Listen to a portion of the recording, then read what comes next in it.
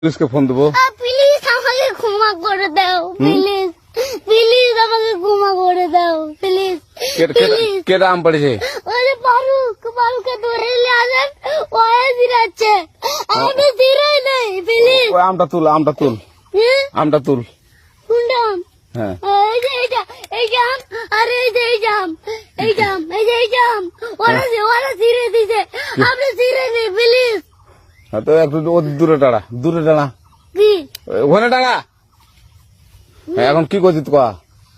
ফারুক না, হুম আমরা কিভাবে বলছি, আমরা রাস্তা দিয়ে বললাম বলে আমরা স্কুল যাবো, হ্যাঁ কটা বস্তা দেখি ওই বাগানে ঢুকলে দিয়ে না আমাকে একটা দুটা আম ছিঁড়ে দিল।